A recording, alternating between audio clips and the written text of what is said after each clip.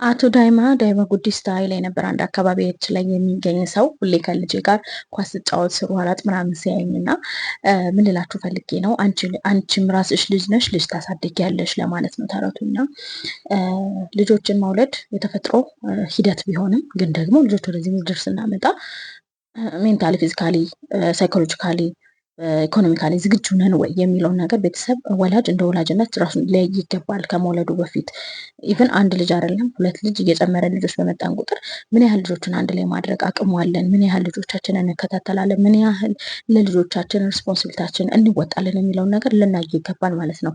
ልጆች ልክ እንደተወለዱ እስከ 6 ወር ድረስ የእናት ጡት ብቻ ነው የሚያስፈልጋቸው።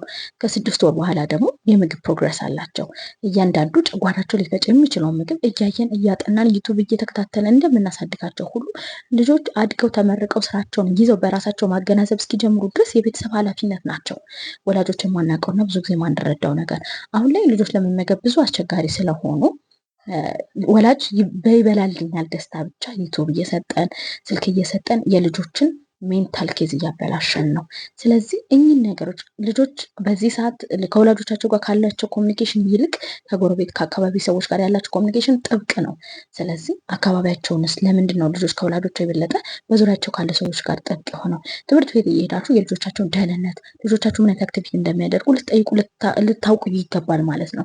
ልጆቻችን ስለበሉ ወይም ደግሞ እኛ የምንፈልገውን አክቲቪቲ ስላደረጉልን ብቻ ልክ ያልሆነውን ነገር እያሰጠን እና እያደረገን የልጆቻችንን የወደፊት ህይወት ባናበላሽ መልካም ነው።